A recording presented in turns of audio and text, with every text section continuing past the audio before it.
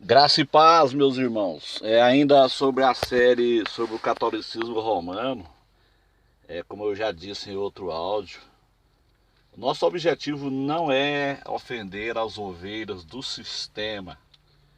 O nosso objetivo é mostrar a verdade para as ovelhas do sistema.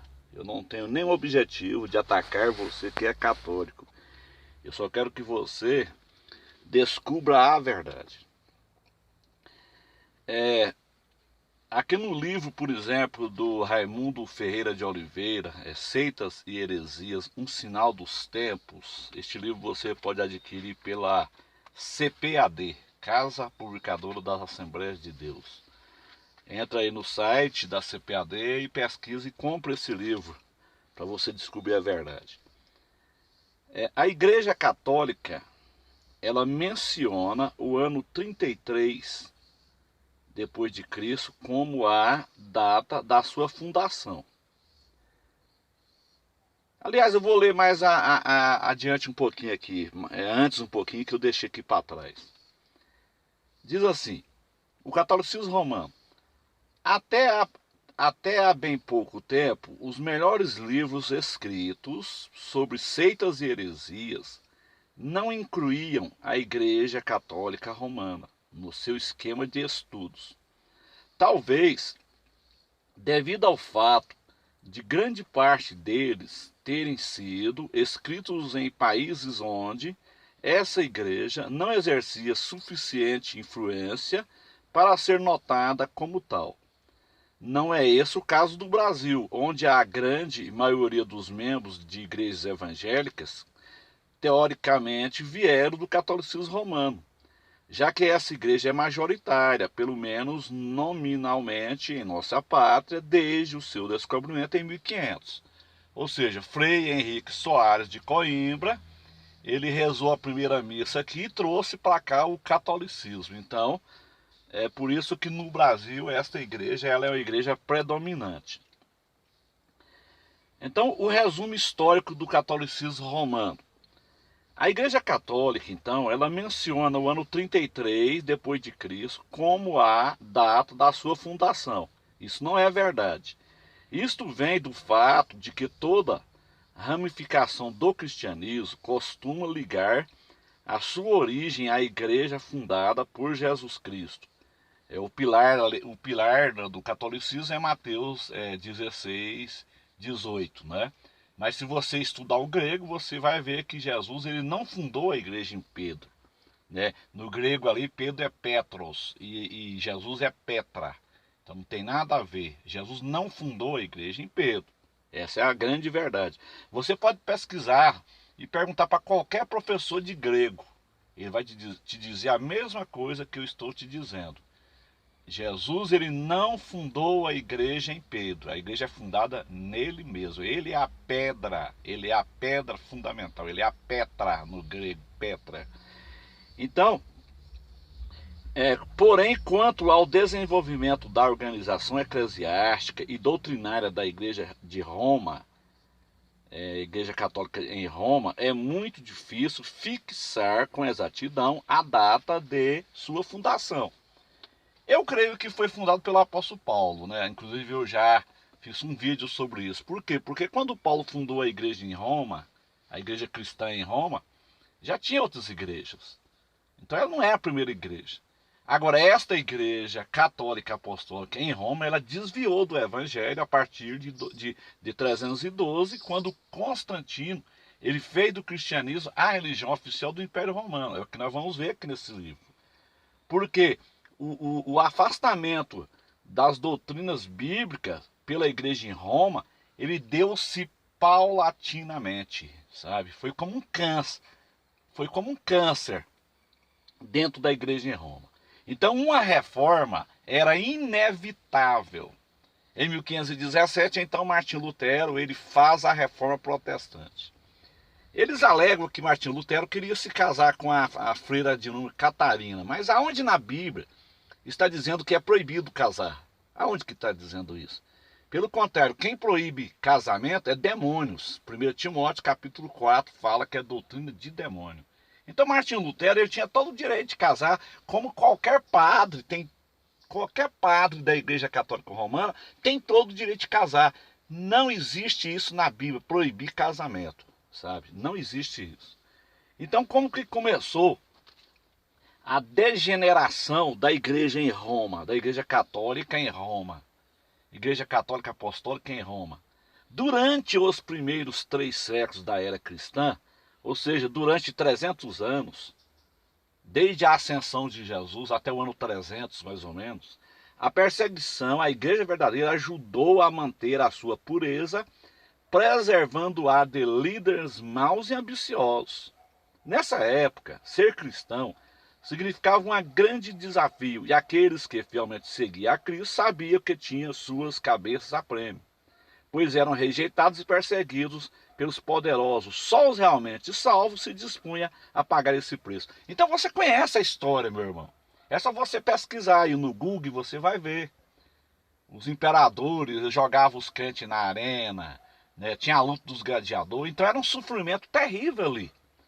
Inclusive tem filmes sobre isso. Assista o filme, é Gol Vades. Você vai ver o sofrimento que era, né? Tem outro filme também, é Barrabás. Tem muitos filmes sobre a história da igreja nos 3 primeiros séculos, né? Nos 3 primeiros 300 anos, onde ser cristão realmente você colocaria a sua cabeça a prêmio. Mas a igreja, ela mantinha a pureza, ela não aceitava heresia, ela não aceitava doutrinas antibíblicas. A igreja em Roma, porque já existiam outras igrejas, como eu disse, já existia a igreja em Tessalônica, já existia a igreja em Filipos, e por aí vai. Naquela época não existia placas denominacionais. As cartas eram dirigidas às cidades. Paulo à igreja em Roma, Paulo à igreja em Filipos, Paulo à igreja em Tessalônica. As placas denominacionais, elas só surgiram depois da Reforma Protestante. Isso também não salva, placa não salva. Quem salva é Jesus Cristo, é quem salva. Então, graças à tenacidade e coragem dos pais da igreja e dos famosos apologistas cristãos, o combate da igreja às heresias que surgiram nessa época resultou numa expressão mais clara da teologia cristã. Quando os imperadores, por exemplo, propuseram-se a exterminar a igreja cristã, só os que realmente estavam dispostos a renunciar ao paganismo e a sofrer o martírio declaravam sua fé em Deus. Então, ser cristão nos 3 primeiros séculos significava que você poderia morrer. Tem até um livro que chama Catacumbas de Roma. Olha o sofrimento dos crentes naquela época. O livro chama Catacumbas de Roma, também é da CPAD. Compre esse livro e estude para você ver. Era muito sofrimento, meus irmãos. Então, logo no início do século IV, o imperador, por nome de Constantino, ele ascendeu ao posto de imperador. Isso parecia ser o triunfo final do cristianismo. Por quê? Porque o Constantino, ele era um interesseiro. O Constantino, ele era um interesseiro, porque ele via os crentes morrendo. Os crentes davam a vida por Jesus. Então o que ele pensou? Poxa, esse povo é corajoso. Então se eu conquistar esse povo, eu estou feito. Se eu conquistar esse povo, eu conquisto todo o império. Então Constantino vai numa reunião da igreja primitiva e ele levanta a mão de Araque dizendo que era cristão. Como faz os políticos hoje.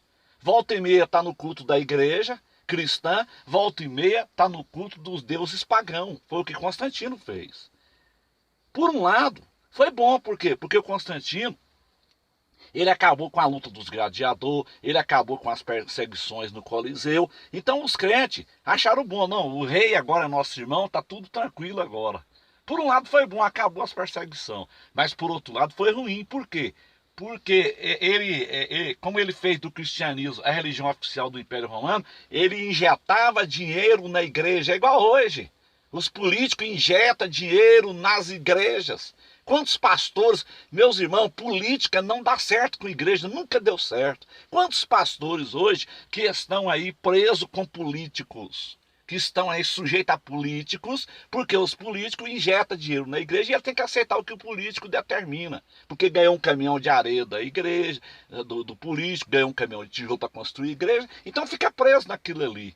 Então aceita tudo. Quantos púlpitos hoje da nossa igreja que está cheio de político corrupto? Então, os crentes, os verdadeiros cristãos, os verdadeiros servos de Deus que tinham visão, eles falam, esse negócio não está certo.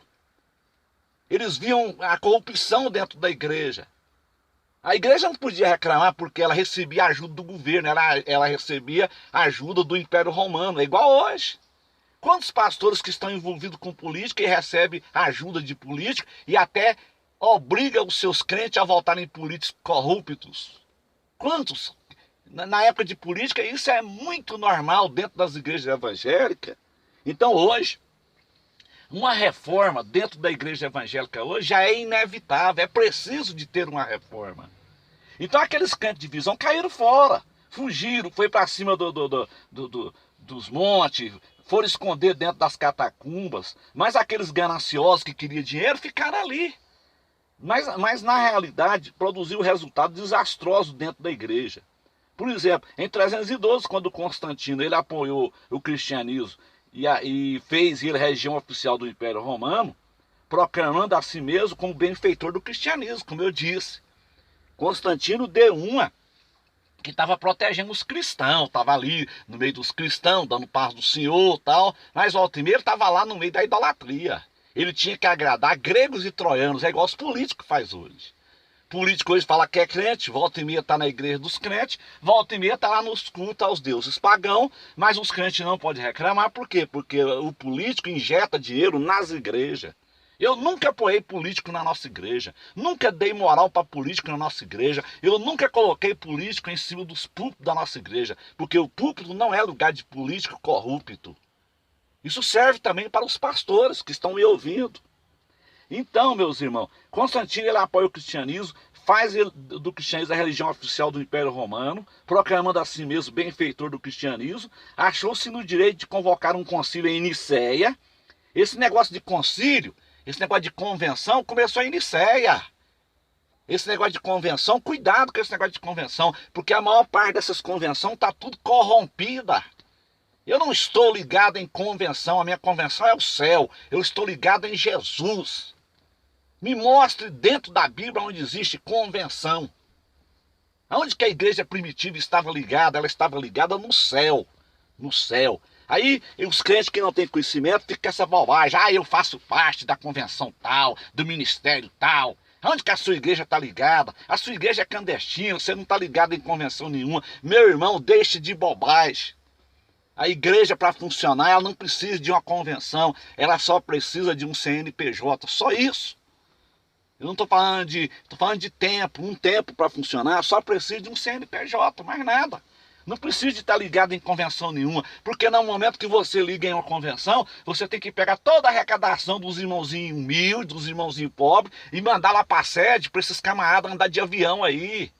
Esses camaradas ficar aí comendo do bom do melhor em churrascaria e andando de jet ski aí, indo para Caldas Novas. Abra os teus olhos, acorde.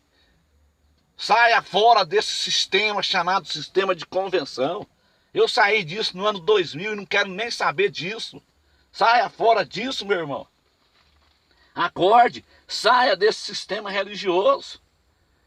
Então, Constantino, ele apoia o cristianismo, faz o cristianismo oficial do Império Romano, e assim mesmo ele proclama o benfeitor do cristianismo, achou-se no direito de convocar um concílio em Nicéia, né, para resolver certos problemas doutrinários gerados por determinados segmentos da igreja. Nesse concílio foi estabelecido então o chamado Credo dos Apóstolos. Foi o primeiro concílio que teve então, depois que o Constantino fez do cristianismo a religião oficial do Império Romano.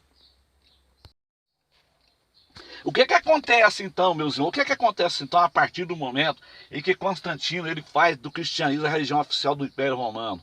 A igreja ficou como um barco à deriva, do ano 312 em diante, até 31 de outubro de 1517, quando Martinho Lutero fixou as 95 teses na porta da igreja em Wittenberg, na Alemanha. A igreja ficou como um barco à deriva, ficou como a casa de ninguém. Então uma reforma era inevitável. Martinho Lutero, ele não queria fundar uma nova religião de forma nenhuma. Ele queria simplesmente que a Igreja Católica Apostólica em Roma voltasse para as Escrituras, mas a igreja desviou. A igreja acrescentou a tradição também. Além da Bíblia, eles têm a tradição e por aí vai. Colocaram os apócrifos também. Então uma reforma era inevitável. Como uma reforma hoje, dentro da reforma, também é inevitável. Hoje já se faz necessário uma reforma dentro das igrejas que vieram da reforma. Porque está tudo corrompido. Então a decadência doutrinária, moral e espiritual da igreja. Qual que foi as causas da decadência da igreja? A decadência doutrinária, moral e espiritual da igreja começou quando milhares de pessoas foram por ela batizados e recebidos como membros sem ter experimentado uma real conversão bíblica. Hoje em dia é normal isso. Hoje os pastores estão batizando as pessoas sem discipulado, sem conversão. Batiza gente bebendo, gente fumando, gente amigado. Eles querem encher os templos para arrecadar dinheiro. É só isso que eles querem. Eles querem igreja cheia e dízimo aumentado, porque igreja cheia e dízimo aumentado, salário do pastor é gordo no fim do mês. É isso que eles querem. Quando eu me converti, por exemplo, eu me converti na igreja batista. Eu fui discipulado 6 meses. Hoje não existe isso mais. Hoje a pessoa levanta a mão na igreja, aceita Jesus, já tem um tanque lá dentro para batizar a pessoa. Eles não estão interessados em levar o povo para o céu. Eles estão interessados em dízimo e oferta gorda, para poder, no final do mês, eles terem um salário bom. É isso. Então, essas pessoas foram batizadas sem ter experimentado uma real conversão bíblica. Verdadeiros pagãos que eram. Pessoas pagãs introduziram-se no seio da igreja, trazendo consigo seus deuses. É o que acontece hoje. Quantos deuses estão dentro das nossas igrejas hoje? Porque segundo eles, eram o mesmo Deus adorado pelos cristãos. É o que a gente ouve por aí. Toda igreja, toda religião é boa. As pessoas não falam isso. Toda religião é boa. Todas não falam em Deus. É lógico. Toda religião fala em Deus. Você acha que se uma religião falasse no diabo, as pessoas iam para lá? O diabo, ele é enganador, ele sabe enganar. Ele sabe persuadir. Então, nesse tempo do imperador Constantino, homens ambiciosos e sem o temor de Deus começaram a buscar cargos na igreja como um meio de obter influência social e política, ou para gozar dos privilégios e do sustento que o Estado garantia a tantos quantos fizessem parte do clero. É igualzinho hoje. Quantos pastores que estão ganhando milhões de políticos aí para poder obrigar os seus membros a votarem em políticos corruptos? O ano que vem mesmo é época disso. O ano que vem é ano de eleição. A igreja, ela não deve se envolver com política. Pastor não se deve envolver com política. Pastor foi levantado para pastorear ovelhas. Lá em Efésios 4, versículo 11, ele deu uns para pastores, outros para doutores, professores. Pastor não é para envolver com política. Política é coisa satânica, mentirosa, corrupta. A política tem corrupção, a política tem mentira, a política tem falcatrua. Eu nunca me envolvi com política, meus irmãos. Então, para gozar dos privilégios, do sustento que o Estado garantia a tantos quantos fizessem parte do clero, deste modo, o formalismo e as crenças pagãs iam se infiltrando na igreja até o nível de paganizá-la completamente. Então, a igreja em Roma, ela se paganizou completamente. Então, uma reforma era inevitável. Senhores católicos, entenda isso. Uma reforma dentro da igreja católica em Roma era inevitável. Tinha que ter uma reforma, Foi o que Lutero fez em 1517, 31 de outubro de 1517. Dentro dessa igreja desviada em Roma, tinha muitos homens de Deus ali, como Jerônimo Savonarola, John Wycliffe, que traduziu a Bíblia para o inglês, do latim para o inglês. John Hus, que foi queimado na fogueira da Inquisição pela igreja em Roma, em 1415. Martinho Lutero, ele seguia os ensinos de John Hus. E quantos que morreram? Estude o livro A Face Oculta do Catolicismo Romano e você vai ver a podridão que esta igreja fez com o povo de Deus. Na época da Reforma Protestante, por exemplo, em 1517, eles criaram a Contra-Reforma, a chamada Ordem dos Jesuítas. E eles mataram milhares de cristãos. A Contra-Reforma, ela visitava você, e se você não se retratasse, eles chegavam até você e falavam assim, ó, você está seguindo aquele herege do Lutero. Você tinha que se retratar. Se você não se retratasse, a Contra-Reforma te matava, levava você para um tribunal, você era julgado ali naquele tribunal e você era morto. Os seus bens eram confiscados pela igreja de Roma. Por isso que a igreja hoje de Roma, ela é milionária. É uma igreja que tem patrimônio no mundo todo. Essa prostituta, ela está assentada nos 4 cantos da terra.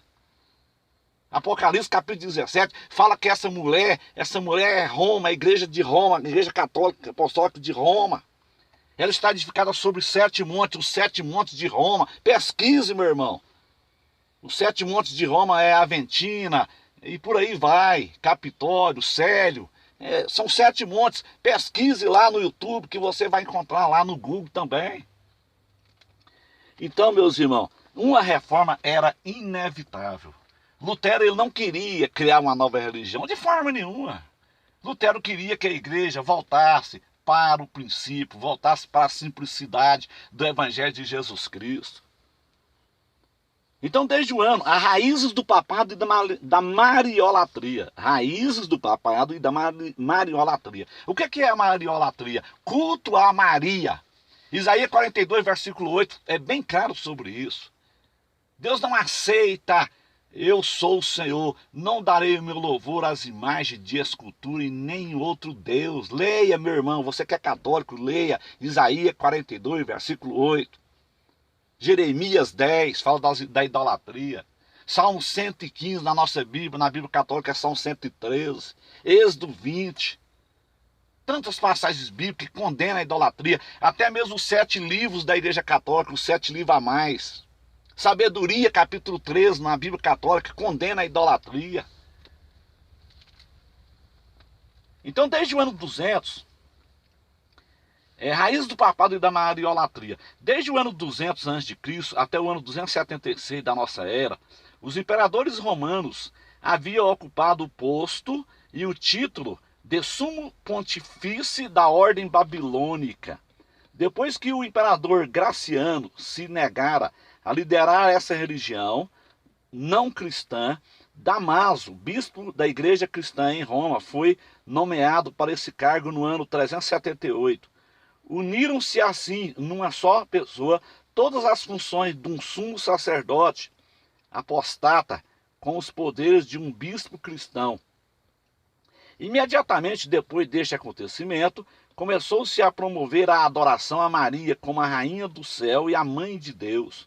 Daí procederam todos os absurdos romanistas quanto à humilde pessoa de Maria, a mãe do Salvador. Enquanto se desenvolvia a adoração a Maria, os cultos da Igreja de Roma perdiam cada vez mais os elementos espirituais e a perfeita compreensão das funções sobrenaturais da graça de Deus. Formas pagãs como a ênfase sobre o mistério e a magia influenciaram essa igreja. O sacerdote, o altar, a missa e as imagens de escultura assumiram um papel de preponderância no culto. A autoridade era centralizada numa igreja dita infalível e não na vontade de Deus, conforme expressada pela sua palavra. O cisma entre o Oriente e o Ocidente. O cisma entre o Oriente e o Ocidente logo se tornou evidente. O rompimento final aconteceu em 1054 com a Igreja Ocidental ou Romana, sediada em Roma, então capital do Império Romano, por parte da Igreja Oriental ou Ortodoxa, que assim se separou da Igreja Romana, ficando sediada em Constantinopla, na Turquia, hoje Istambul, na Turquia. A Igreja Oriental guardou a primazia sobre os patriarcados de Jerusalém, Antioquia e Alexandria. Desde aí, então, a Igreja Romana, nitidamente desviada dos princípios ensinados por Jesus no seu Evangelho, esteve como um barco à deriva. Como eu disse, do ano 312, quando Constantino fez do cristianismo a religião oficial do Império Romano, até 1517, a Igreja Romana esteve como um barco à deriva. Então, uma reforma, meus irmãos, ela era inevitável. Então, a igreja esteve com um barco à deriva, sem saber onde aportar, até que veio a Reforma Protestante, liderada por Martinho Lutero. Foi mais um cisma já na cambalida Igreja Romana. A paganização da Igreja Romana. Como que essa igreja foi paganizada? Note a seguir o processo da gradual paganização da Igreja Católica em Roma, a Igreja Romana, desde que ela começou então a abandonar a simplicidade do Evangelho de Cristo até os dias atuais.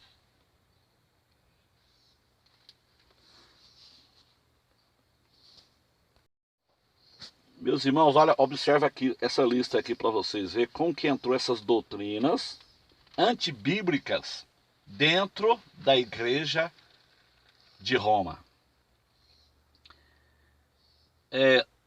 Durante os 2 primeiros séculos, do ano 33 até o ano 196, nesse período da história, a Igreja em Roma, ela não aceitou nenhuma doutrina antibíblica. Era uma igreja pura. Era uma igreja pura. Como eu disse em outro vídeo, eu sou católico. Eu sou pastor, mas eu sou católico. Porque eu faço parte da igreja. Que igreja? E a palavra igreja no grego é eclésia. Conjunto dos salvos, separados. Então eu faço parte dessa igreja. Eu sou um pastor católico? Sou por quê? Eu sou da igreja, da eclésia. Da igreja separada. Por que eu sou católico? Porque a palavra católico vem do grego universal, igreja em todo mundo. Então eu faço parte dessa igreja. Apostólica, porque ela é edificada sobre o fundamento dos apóstolos, como Efésios 2, versículo 20, está dizendo ali. Igreja Católica Apostólica cristã. Eu sou cristão. Eu sigo os ensinamentos de Cristo. Eu não sou romano. Eu não tenho nada a ver com a Igreja de Roma. A Igreja de Roma, como eu disse, ela se desviou do Evangelho. Então, uma reforma era inevitável. Então, nesse período do ano 33 até o ano 196, a Igreja em Roma não aceitava nenhuma doutrina antibíblica.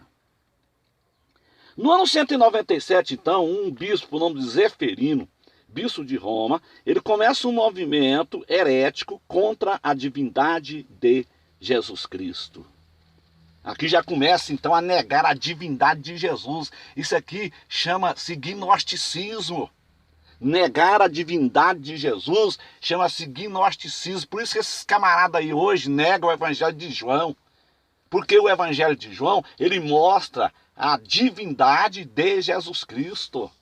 Isso é uma doutrina chamada gnosticismo. É uma doutrina ariana. Um presbítero não diário, um presbítero da igreja também de Alexandria, ele defendia essa doutrina. No ano de 217, Calixto se torna bispo de Roma, pondo-se à frente da propaganda herética e levando a igreja de Roma para mais longe do caminho de Cristo. Foi infiltrado as heresias. Como o G12 entrou na igreja evangélica no ano 2000, um outro evangelho, esse anátema, como diz Gálatas 1:8. Irmão, a Bíblia é o suficiente, nós não precisamos nada mais além do que as Escrituras. Eles acrescentaram tanta coisa, acrescentaram a tradição, sabe? Acrescentaram as imagens de escultura e por aí vai. No ano 270, origem da vida monástica no Egito por Santo Antônio. Tá vendo? Isso aqui começou no ano 270. No ano 370, culto dos santos, professado por Basílio de Cesareia e Gregório de Nacianzo, primeiros indícios do turíbulo incensário. Parâmetros e altares nas igrejas, usos esses introduzidos pela influência dos pagãos convertidos. Então esse culto a santos começou no ano 370. No ano 400, então, começou a oração pelos mortos e sinal da cruz feito no ar. Onde que está isso na Bíblia? Onde que está isso na Bíblia? Que nós temos que orar pelos mortos e fazer sinal da cruz. No ano 431, Maria, ela é proclamada a mãe de Deus. Quem falou que Maria é mãe de Deus? Maria, mãe de Deus, não existe isso. Deus nunca foi criado, Deus é eterno. Eles não entendem isso, as pessoas não entendem isso. Maria, ela é mãe do Jesus, homem. Ela é mãe da natureza humana de Jesus. Maria, simplesmente, ela foi uma barriga de aluguel. Deus usou a barriga de Maria apenas para gerar Jesus do Espírito Santo. Maria não é mãe de Deus. Isso não existe isso. No ano 593, o dogma do purgatório começa a ser ensinado. Aonde que existe purgatório na Bíblia? Lá em Hebreus capítulo 1, versículo 3, está claro lá. Não existe purgatório na Bíblia. O sangue de Jesus nos purifica de todo pecado. O nosso purgatório é o sangue de Cristo, é Ele que nos purifica de todo pecado. Então isso é heresia. São heresias que foram sendo introduzidas no seio da igreja em Roma, então era necessário uma reforma, não tinha como. Uma reforma era inevitável. No ano 600, então, o latim passa a ser usado como língua oficial nas celebrações litúrgicas. Celebrava tudo em latim, como é que as pessoas iam entender? É por isso que John Wycliffe, ele traduziu a Bíblia do latim para o inglês.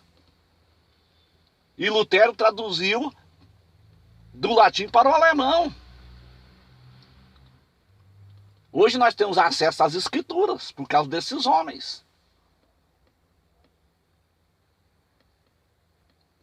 No ano 609, então, começo histórico do papado. Começo histórico do papado, ano 609. No ano 758, a confissão auricular é introduzida na igreja por religiosos do Oriente. No ano 789, início do culto das imagens e das relíquias. 789, então, começa o culto das imagens e das relíquias. Em 819, a festa da Assunção de Maria é observada pela primeira vez. Aonde está na Bíblia que Maria subiu para o céu? Aonde está na Bíblia, senhores padres? Aonde está na Bíblia que Maria ressuscitou e foi para o céu? Aonde está na Bíblia? Não existe esse versículo na Bíblia Sagrada.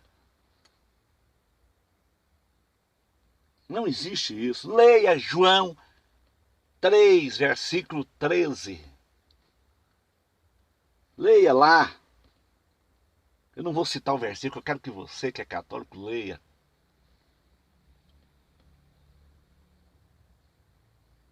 No ano 880, canonização dos santos. Ano 880 começou então a canonização dos santos. Olha essa data aqui, 998, estabelecimento do dia de finados. Aonde que está na Bíblia isso? Que nós temos que adorar as pessoas que já morreram, dia de finados. Jesus disse assim, ó, deixa que os mortos sepultem seus mortos. Tu, porém, vai e anuncia o reino de Deus. Nossos entes queridos que já morreram, estão aguardando agora, se morreram em Cristo, estão aguardando o arrebatamento. Se morreram sem Cristo, estão aguardando o dia do juízo final. A Bíblia é clara sobre isso. Hebreus 9, 27.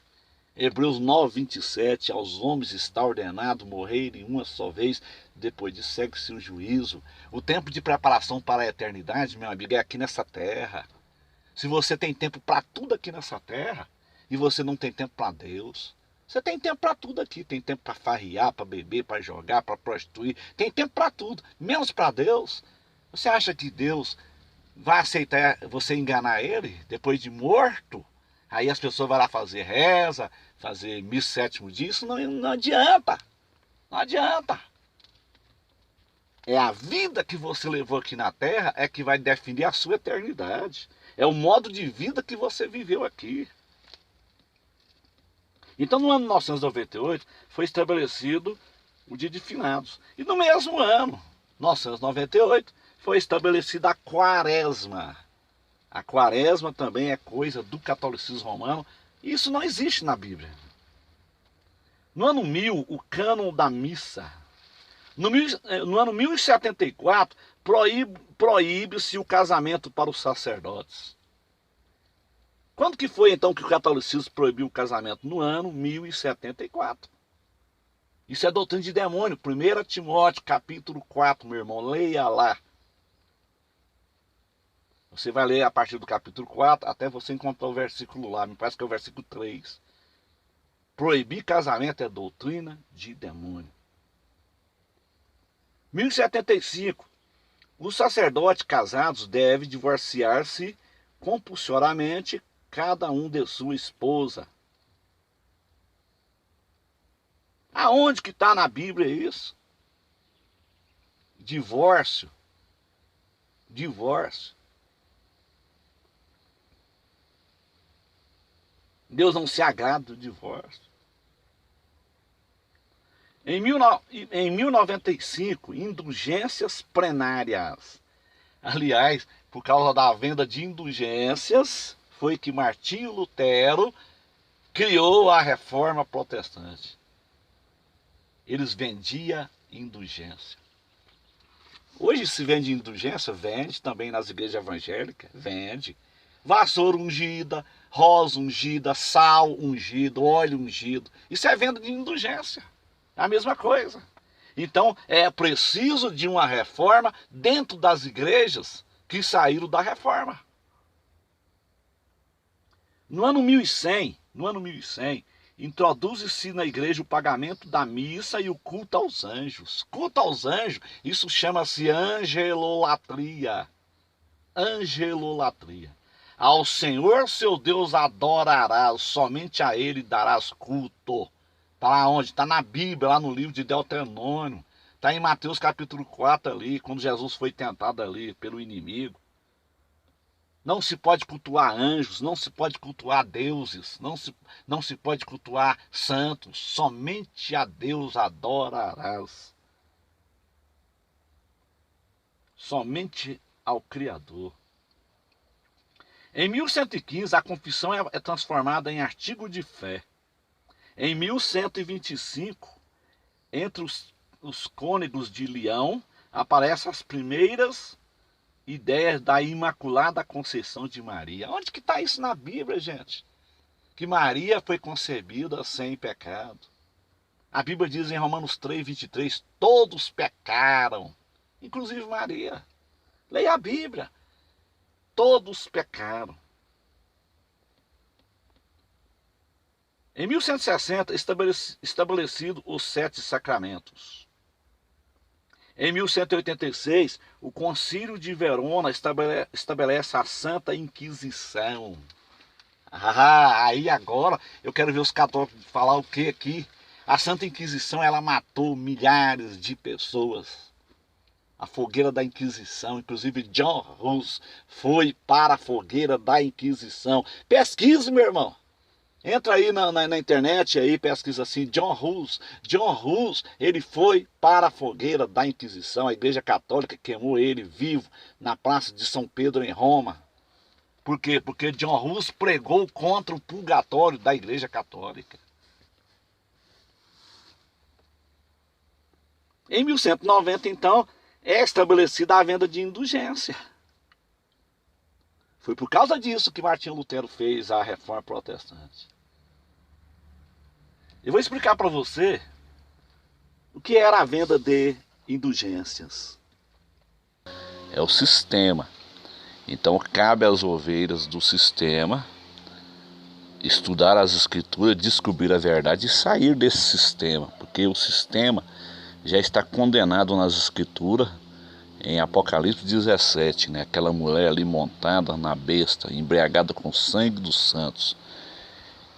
E aproveitando esse ensejo, eu quero receitar para você que é católico, apostólico romano, 2 livros para você comprar e estudar. O primeiro livro é do Raimundo Ferreira de Oliveira. Ele é um livro da CPAD. Você entra no site aí da CPAD e você vai encontrar esse livro. O nome do livro é Seitas e Heresias, um sinal dos tempos. Você vai ver muita coisa sobre o catolicismo que você não sabe. E outro livro sobre o catolicismo romano é A Face Oculta do Catolicismo Romano, do pastor Sebastião Leonel, que já dorme com o Senhor. Você entra também na internet aí no Google e digita A Face Oculta do Catolicismo Romano e você vai encontrar este livro. Então, aproveitando o ensejo para nós falar um pouco sobre o catolicismo romano, qual que é o pilar do catolicismo romano? O pilar central do catolicismo romano é Mateus capítulo 16 e 18. Eles baseiam ali dizendo que Jesus edificou a igreja em Pedro. Aí, se você pegar o texto bíblico e você analisar com cuidado, você vai ver que não tem nada a ver essa interpretação. Primeiro porque Pedro, o Novo Testamento foi escrito em grego, e Pedro em grego é Petros, e Jesus é Petra. Então quando Jesus disse tu és Pedro, ele estava dizendo tu és Petros, pedra pequena, pedrinha pequena. E sobre esta Petra, aí Jesus estava falando sobre ele mesmo. Jesus é a pedra fundamental, está escrito no Salmo 118, Efésios 2:20. O próprio Pedro, lá em Atos 4:12, ele mesmo fala que Jesus é a pedra, né? Então, se você olhar esse texto com cuidado, você vai ver que tem muita coisa errada que as pessoas interpretam de uma forma errada. Os padres interpretam errado. Por exemplo, Jesus disse que as portas do inferno ela não pode prevalecer contra a igreja. Espera aí, meus irmãos, uma igreja a qual a porta do inferno ela não pode prevalecer contra ela, de forma alguma ela poderia ser edificada em Pedro. Por quê? Porque Pedro é pecador. Está escrito em Romanos 3, versículo 23. Todos, sem exceção, pecaram, inclusive Maria, Pedro, todos pecaram. O único que não pecou foi só Jesus. O próprio Pedro, me parece que em João 21, ele fala para Jesus, afasta-te de mim porque sou homem pecador. Examine aí na Bíblia, procure aí para você ver. Então a gente tem que examinar as escrituras. Outra coisa também, como eu disse, uma igreja a qual as portas do inferno ela não pode prevalecer contra ela não pode ser edificada em Pedro. Pedro ele era pecador. Outra coisa, no mesmo texto, o problema é que as pessoas lêem a Bíblia de uma forma correndo e versículo isolado. Texto isolado, texto sem contexto, ele acaba virando pretexto para heresias. Se você observar no mesmo texto, onde Jesus está fazendo o discurso ali com Pedro, se você olhar lá no versículo 23, o próprio Jesus, ele chama Pedro de Satanás. Espera aí, senhores católicos, vamos ser honestos. Como que pode Jesus edificar a igreja em Pedro, em um homem pecador, e ao mesmo tempo chamá-lo de Satanás? Não tem lógica isso aí. Então, vamos examinar as escrituras de uma forma correta, saia desse engano. O catolicismo romano é um engano, deixe de teimosia, deixe de ignorância, deixe de examinar textos isolados, examine o contexto, para você sair deste engano. Ainda o catolicismo romano, eles alegam que Pedro, ele era papa, né? Será que realmente Pedro ele era papa? Vamos olhar. Olha aqui. Eu estou aqui com o livro do Raimundo Ferreira de Oliveira, Seitas e Heresias, um sinal dos tempos, e eu vou ler aqui para você algumas coisas deste livro, muito interessante. Preste atenção para você ver, para você sair do engano. Você precisa sair deste engano chamado catolicismo romano. Olha aqui, Pedro era financeiramente pobre. Isso está escrito aonde? Na Bíblia. Atos 3, versículo 6, quando Pedro disse ali para aquele homem, eu não tenho prata e nem ouro. Quando Pedro e João disse ali para aquele aleijado ali. Então Pedro, ele era financeiramente pobre. Pedro, ele era casado. Mateus 8, 14 e 15. A Bíblia fala que Jesus curou a sogra de Pedro. Então, se ele tinha sogra, ele era casado. Os papas não casam, né? Eles ensinaram o celibato. O que é isso? Isso é doutrina de demônios. Proibir o casamento é doutrina de demônio. Está escrito na Bíblia, tá? 1 Timóteo, capítulo 4, ali em diante, você vai encontrar lá. Que nos últimos dias muitos vão apostatar da fé, dando ouvido à doutrina de demônio, e mais na frente fala que eles vão proibir o casamento. Isso é doutrina de demônio, proibir casamento. Então veja bem, olha, Pedro foi um homem humilde, pelo que não aceitou ser adorado pelo centurião Cornélio. Está escrito na Bíblia, está Atos 10, 25, 26. Você que é católico aí, pega a sua Bíblia católica e examine. Vamos examinar as escrituras, seja um bereano, examine. Veja se o que o pastor João Peixoto está falando para você é verdade ou não. Outra coisa, Pedro foi um homem repreensível. Está escrito na Bíblia, está Gálatas 2, 11, 14. Olha que coisa interessante. É de estranhar que Pedro, sendo príncipe dos apóstolos, como ensina a teologia católica, Tiago, e não ele, era o pastor da comunidade cristã em Jerusalém, Atos 15. Se Pedro tivesse sido papa, certamente ele não teria aceito a orientação dos líderes da igreja quanto à obra missionária, Atos 15, 7. Se Pedro tivesse sido papa, a ordem das colunas, conforme Paulo escreve em Gálatas 2, versículo 9, examine aí Gálatas 2, 9, seria Pedro, Tiago e João, e não Tiago, Pedro e João. Tá vendo aí? Então tem que examinar, meus irmãos, tem que examinar. Você é amigo católico, examine. Não fica aí somente ouvindo o que os padres, né? Esses homens aí vestidos de batina preta aí, vestido de luto aí, fica ensinando para vocês. Não fica aí só ouvindo eles não, examine as escrituras. Pegue a Bíblia católica e olhe, examine. Agora vamos ver a diferença do Papa com Pedro. O Papa fala que é Pedro, né? Os papas falam que são sucessores de Pedro, né? Então vamos ver a diferença. A própria história, aqui ó, o Papa, ela é um Pedro diferente. Se o Papa é sucessor de Pedro, ele é um Pedro diferente. A própria história do papado é uma viva demonstração de que os papas jamais conseguirão provar serem sucessores do apóstolo Pedro, já que em nada se assemelham àquele inflamado, mas humilde servo do Senhor, Jesus Cristo. Vejamos, por exemplo, Pedro ele era pobre, né? Os papas são administradores de grandes fortunas da igreja. O clérigo José Maria Alegria, da Universidade Gregoriana de Roma, ele declarou no final do ano de 1972, que o balanço financeiro do Vaticano dispunha de um ativo de US$ 1 bilhão. Imagine, US$ 1 bilhão em reais, é muito dinheiro, meus irmãos. Os papas são celibatários, isto é, não se casam.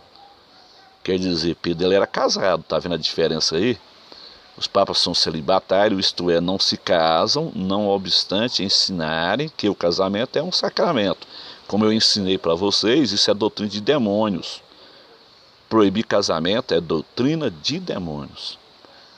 Tanto faz o homem como a mulher deve se casar para evitar o adultério e a prostituição.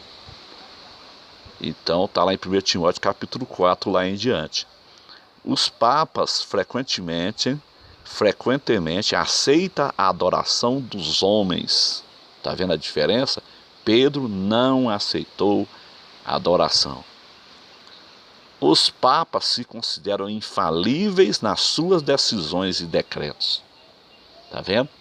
Os papas se consideram infalíveis nas suas decisões e decretos. Tem mais uma coisa interessante que eu queria acrescentar aqui. Os papas, eles andam ali com seguranças e com aquele papa móvel ali, porque ele tem medo de morrer, de sofrer um atentado e morrer. Onde na Bíblia está escrito que Pedro tinha segurança? Onde na Bíblia está escrito que Jesus tinha segurança? Hoje em dia, por exemplo, existem pastores evangélicos que têm segurança. Onde está a fé desses homens? No momento que eu sou um pastor e contrato um segurança, onde que está a minha fé? Jesus tinha segurança, os apóstolos tinham segurança, os papas têm segurança. Pedro nunca teve segurança. Pedro ele era um homem humilde pescador, não tem nada a ver com os papas. Então é para você refletir, meu amigo, você que é católico, reflita nisso aqui que eu estou dizendo, pega a sua Bíblia, dá uma olhada nas escrituras. Não fica aí só escutando o que os padres ensinam na igreja católica. Esses homens vestidos de preto aí, ficam ensinando aí para vocês. Esses homens aí vestidos com roupa de luto. Preste atenção nas escrituras, saia desse sistema, caia fora. Não estou chamando você para poder passar por uma igreja evangélica de forma nenhuma. Estou chamando você para conhecer a verdade, conhecer Jesus, conhecer o cristianismo verdadeiro. Essa igreja ela não tem nada a ver com o cristianismo, nada a ver. Deus abençoe você, que o Espírito Santo de Deus te ajude a estudar as escrituras e a entendê-la. Não estude a escritura, você que é católico, não estude a escritura com o seu intelecto. Estude com o coração, peça o Espírito Santo que te ilumine para que você possa conhecer a verdade. Tem muita gente que estuda as escrituras com o intelecto e a Bíblia diz que o homem natural, ele não entende as coisas de Deus. Eu também era assim. Quando eu estava lá no mundo eu era católico e eu não entendia as escrituras. No momento que eu me converti a Cristo, que eu deixei as coisas erradas, e eu passei a obedecer a Deus, Deus foi se revelando a mim. Você pensa que Deus vai se revelar a uma pessoa que bebe, uma pessoa que fuma, uma pessoa que prostitui, que vive na bagunça? Deus não se revela a esse tipo de pessoas. Nós temos que nos converter primeiro, para depois Deus nos revelar os mistérios da sua palavra. Você que é católico, se converta primeiro ao Evangelho, para depois Deus te revelar as profundidades das escrituras. Senão você vai ler a Bíblia igual ler um jornal, igual eu lia. Você não entende. O Espírito Santo ele não se revela a homens naturais, somente a pessoas espirituais. Deus abençoe você. Glória a Deus. Então, meus irmãos, em 1220, adoração à hóstia. Aqui foi a igreja católica foi se paganizando. 1220, adoração à hóstia. 1226, introduz-se a elevação à hóstia. Introduz-se a elevação à hóstia. Quando o padre levanta a hóstia ali, né? Isso aí foi introduzido em 1226. Em 1229, proíbe-se aos leigos a leitura da Bíblia. Então foi proibido as pessoas ler a Bíblia. E quando você não lê a Bíblia, você nunca vai conhecer a verdade. Uma pessoa que estuda a Bíblia, que lê e estuda a Bíblia, ela nunca vai ser um católico romano. Por isso que eles proibiam as pessoas de estudar a Bíblia. Isso foi no ano 1229. No ano de 1264, festa do Sagrado Coração. No ano 1303, a Igreja Católica Apostólica em Roma é proclamada como sendo a única verdadeira e somente nela o homem pode encontrar a salvação. Ou seja, em outras palavras, fora da Igreja Católica não há salvação. Isso foi introduzido no ano 1303. E quando, na verdade, igreja não salva ninguém, não é catolicismo que salva, não é protestantismo que salva, quem salva é Jesus. Agora, você tem que seguir uma igreja que obedece às escrituras sagradas. No momento que você congrega numa igreja que ela não está vivendo a palavra de Deus, caia fora dela. No momento que você congrega numa igreja que não segue a genuína palavra de Deus, meu irmão, caia fora dela, tanto faz ser protestante como católica. Tem que cair fora. Como eu fiz isso em 2000, eu caí fora do sistema. Em 1311, a procissão do Santíssimo Sacramento e a oração da Ave Maria. Em 1414, definição da comunhão, com um só elemento, a hóstia, o uso do cálice fica restrito ao sacerdote. Ou seja, na Igreja Católica é só o padre que bebe o vinho. Minha mãe ela era muito católica na época, ela já é falecida, ela faleceu em 89, e ela ficava muito grilada.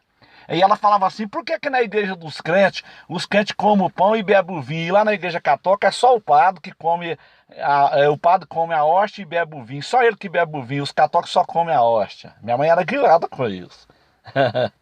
Então, isso foi introduzido na Igreja Católica em 1414, definição da comunhão com um só elemento, a hóstia, o uso do cálice fica restrito somente ao sacerdote. No ano 1439, os 7 sacramentos e o dogma do purgatório são transformados em artigo de fé. No ano 1546, portanto já depois da reforma, né? Porque a reforma foi 31 de outubro de 1517. Então já no ano 1546, depois da reforma, a partir então da reforma em 1517, Martinho Lutero tomou um rumo, né? Com a reforma protestante, e a Igreja Católica continuou com seu rumo desviada até hoje. A Igreja Católica está desviada do Evangelho até hoje, desde Constantino, quando Constantino fez do cristianismo a religião oficial do Império Romano, que a Igreja Católica está desviada das Escrituras. Então, a partir de 1517, Martinho Lutero tomou o seu rumo com um grupo de protestantes e a Igreja Católica continuou o seu rumo desviada até o dia de hoje. Em 1546, né, em 1414, definição da comunhão com o seu elemento, a hóstia, o uso do cálice fica restrito ao sacerdote. Então, em 1439, os 7 sacramentos e o dogma do purgatório são transformados em artigos de fé. Em 1439, os 7 sacramentos e o dogma do purgatório são transformados em artigo de fé. Em 1546, portanto, já depois da reforma, porque a reforma foi em 1517, né? 31 de outubro de 1517. Então, após a reforma, 1546, conferida à tradição autoridade igual à Bíblia. Ou seja, eles acrescentaram a tradição. E as escrituras é clara sobre isso. Ninguém pode acrescentar nada à Bíblia. Isso é um outro evangelho. A tradição é um outro evangelho. É um outro evangelho, né? É Gálatas 1, versículo 8. No livro do Apocalipse também fala sobre isso, lá no finalzinho lá. Ninguém pode acrescentar a Bíblia. Ninguém pode tirar nada da Bíblia. Então eles colocaram a tradição. Somente as escrituras é a nossa regra de fé. Somente a Bíblia Sagrada. Você, meu amigo, que é católico, você não precisa de tradição. Isso aí foi colocado em 1546. Em 1562, declara-se que a missa é oferta propiciatória e confirma-se o culto aos santos. Olha para os irmãos ver, a missa é oferta propiciatória? O que é isso? A única oferta propiciatória é o sacrifício de Cristo na cruz do Calvário. Isso aqui é tentar dar uma ajudinha a Deus, isso aqui é heresia. O sacrifício de Jesus ele foi suficiente para a nossa salvação. Em 1573, é estabelecida a canonicidade dos livros apócrifos, ou seja, foram acrescentados 7 livros. A Bíblia Católica ela tem 73 livros e a Bíblia Protestante tem 66 livros. Ou seja, a Bíblia Católica ela tem 7 livros a mais do que a nossa. Só que todos os 7 livros que existem na Bíblia Católica, todos condenam a idolatria também. Principalmente o livro de sabedoria no capítulo 3. Você que é católico, eu tenho aqui uma Bíblia Católica, aqui, a Bíblia de Jerusalém. Então pegue a Bíblia Católica em Sabedoria 13 e leia lá para você ver. Lá também condena a idolatria, o uso à imagem de esculturas. Então, no ano 1854, definição do dogma da Imaculada Conceição de Maria. Imaculada Conceição de Maria. Olha para os irmãos ver que coisa terrível. Maria nunca foi concebida sem pecado. Ela era uma mulher pecadora. Simplesmente era uma mulher muito humilde, simples, uma serva de Deus. Deus escolheu ela então para ser a mãe da natureza humana de Jesus Cristo. Maria não é mãe de Deus. Maria é mãe do Jesus homem, não do Jesus Deus. Em 1864, declaração da autoridade temporal do Papa. Isso foi em 1864. Em 1870, declaração da infalibilidade papal. Ou seja, o Papa é infalível. Infalível? Meu amigo católico, leia Romanos 3, 23. Todos pecaram, inclusive o Papa é pecador. O Papa precisa de Jesus Cristo. O Papa precisa do sacrifício de Jesus Cristo para ele poder ser salvo também. Mas em 1870 foi declarado que o Papa ele é infalível. E em 1950, a Assunção de Maria é transformada em artigo de fé.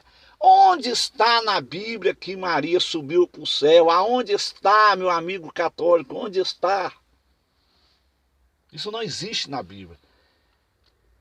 Aqui termina, até o ano 1950, foi o que o pastor Raimundo Ferreira de Oliveira colocou aqui no livro dele. Mas com certeza, a partir de 1950, foi colocado muito mais heresias dentro da Igreja Católica. Deve ter muito mais. Até os dias atuais, nós estamos no ano 2021, 1950 para 21, são 71 anos. 1950 para 2050, mais 21, são 71 anos. Imagina o que já não foi colocado dentro da Igreja Católica. Imagine quantas heresias que já não foram introduzidas dentro da Igreja Católica de 1950 para cá. Então, meu amigo, estude esse livro. Seitas e Heresias, um Sinal dos Tempos, Raimundo Ferreira de Oliveira. Eu espero que você possa estudar, pesquisar, correr atrás das informações e sair dessa mentira. Você está sendo enganado pelos padres.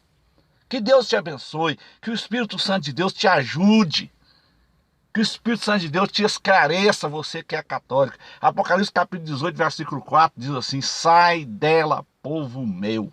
Sai dela, povo meu. Saia, meu irmão de Babilônia. Saia, meu amigo católico de Babilônia. Sai dela. Saia dela.